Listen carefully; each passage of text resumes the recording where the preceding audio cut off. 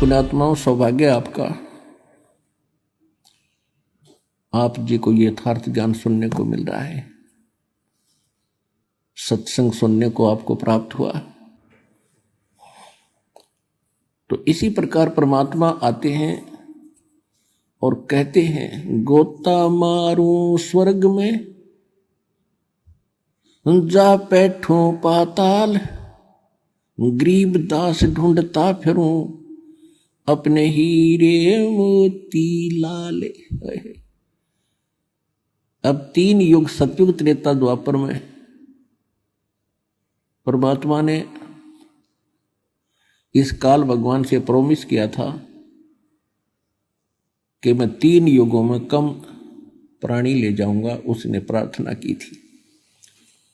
और चौथा युग जब कलयुग आवे, काल ने कहा था कि हे परमात्मा, चौथे युग कलयुग में आप कितने प्राणी ले जाइए। तो परमात्मा ने कहा था, ठीक है, मैं चौथे युग में ले जाऊंगा, 3 युग तेरे लिए छोड़ दिए। उन 3 युगों में परमात्मा को मालूम था कि सतयुग, त्रेता, द्वापर में ये प्राणी दुखी नहीं होते इतने, इनके पूर्व जन्म के संस्कार इतने होते हैं, वो चाहे कोई भक्ति करता है चाहे ना करता है, और करता है तो कैसी ही करता है, तो उसको फिर भी वो उपलब्धि, संसारिक सुख ऑटोमेटिक प्राप्त होते रहते हैं। पुत्र प्राप्ति, धन प्राप्ति, रोटी टाइम पे मिलना, वो है तो उनके पूर्वजन्म के संस्कार। वो समझिए बैठे हैं हम जो साधना कर रहे हैं इन्हीं से हमें लाभ हो रहा है, या इस द्वापर तक या भूल पड़ी रहनी थी, क्योंकि हम मानते ही नहीं भगवान को। जब तक हमारी साथ ना आले, इतना चारों तरफ से हमारे रास्ते बंद ना हो ले, तब तक हम भगवान को कम में याद करें। और करते हैं तो नकली जहां भी मिल जाते हैं, और वहीं से थोड़ी बहुत कोई जंतर मंत्र बता दिया, वो होना था आपके पिछले संस्कार से, और हमने कारण मान लिया। वो जैसे दास हनुमान और श्याम जी की पूजा करा करते, श्री कृष्ण, श्री विष्णु जी हमारे मूल रूप में इष्ट थे,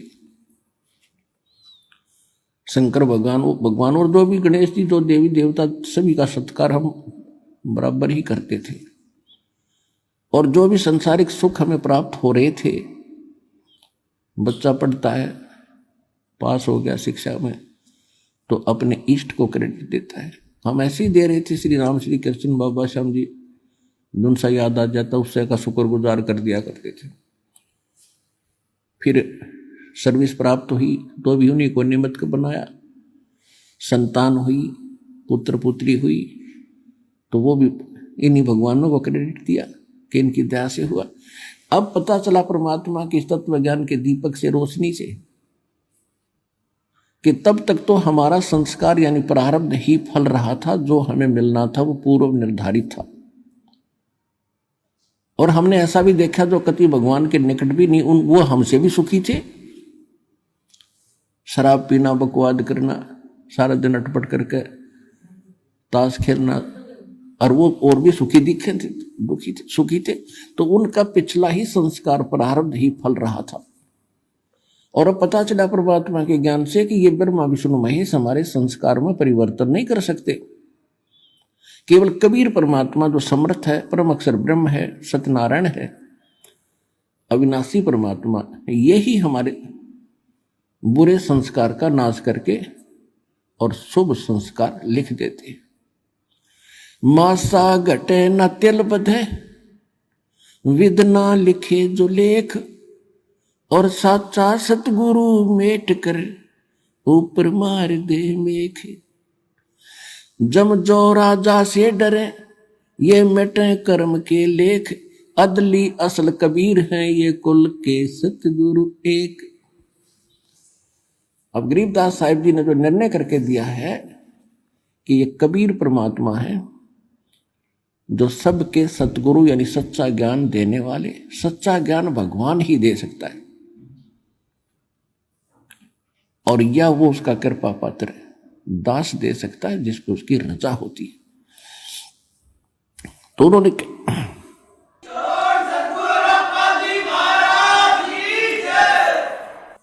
तो उस परमात्मा के कृपा पात्र आदरणीय गरीबदास साहिब जी ने दिया, वो ये सिलेबस लिखकर चले गए। अब इस दास को टीचर बनाकर भेज दिया। अब ये सिलेबस आपके लिए कति सरल कर दिया है दास ने, कति सरल कर दिया। 9 मन सूत उलझिया ये ऋषि रहे जख मारे, और सतगुरु ऐसा सुलझा दे भाई उलझे न दूजी बार। अब ये दातम मार्ग, ये सभी सदग्रंथ, पवित्र ग्रंथ, पवित्र पुराण, पवित्र कुरान, पवित्र गुरु ग्रंथ साहिब, पवित्र वेद, पवित्र गीता,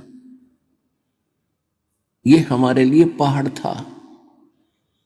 और संत और सतगुरु के सामने तो ये एक महापुरुषों के लेख और सिंपल सा ज्ञान है जिसको हम समझ नहीं सके थे। तो इसलिए टीचर की आवश्यकता होती है कि विद्यार्थियों को ऐसे सिंपल वे से समझावे जो आसानी से समझ जाए।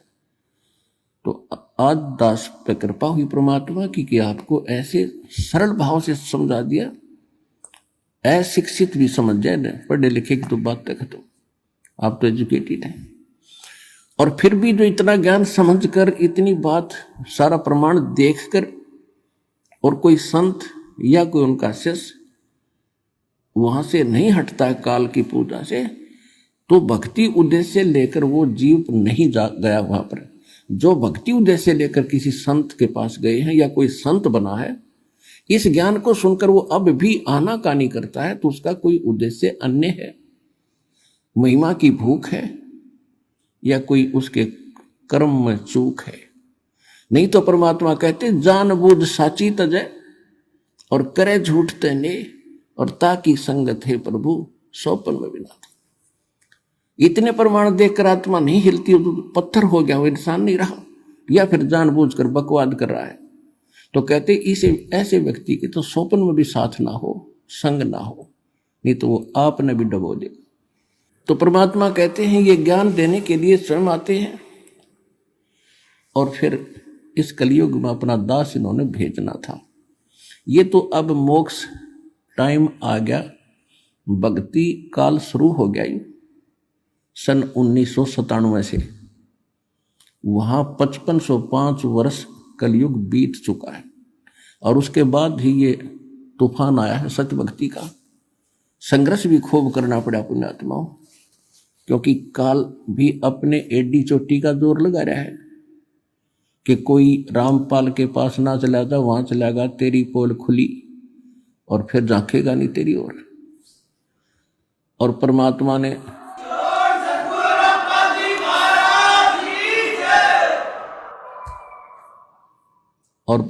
इसको फिर याद दिला देते हैं रह रह के कि बकवाद बंद कर दे, अब तेरा बोला हुआ वचन है कि कलयुग में कितने जीव ले जाना। लेकिन ये फिर इसने एक और गुंडी अड़ाई थी बीच में, कहा था कि परमात्मा आपका ज्ञान मानना है वो आपका, और मेरे ज्ञान, मेरे काल के दूतों के ज्ञान को स्वीकार करके जो भक्ति कर रहा है वो मेरा बना रहे, बाई फोर्स ना ले जाना। तो परमात्मा को भी मालूम था जब तक इनको ज्ञान नहीं होगा तो मेरे कैसे होंगे, वो भी तथास्तु कर दी थी। अब ठीक है, अब आप देख रहे हो परमात्मा ने ज्ञान का तूफान ला रखा है। भाई बहन, बुजुर्ग, माता बहन, भाई बच्चे ले लेकर पुस्तक एक परमात्मा के पोस्टमैन की तरह घर घर जा रहे हैं, उनके बच्चों तक संदेश पहुंचा रहे हैं, उनकी गालियां खा रहे हैं। कोई जेल में डाल देता है, कोई पत्थर मारता है, कोई धमकाता है, कोई खुरकाता है, लेकिन ये परवाह नहीं करते, क्योंकि इनको मालूम हो गया कि इन्होंने भांग पी रखी है। और यह भांग उतरेगी पुस्तक के ज्ञान से, भगवान के ज्ञान से, और जिनकी भांग उतर जाएगी हमारे साथ हो लेंगे। फिर ये अब आपकी उतर गई, आप आगे, अब आपकी भांग उतरी तो यहाँ आगे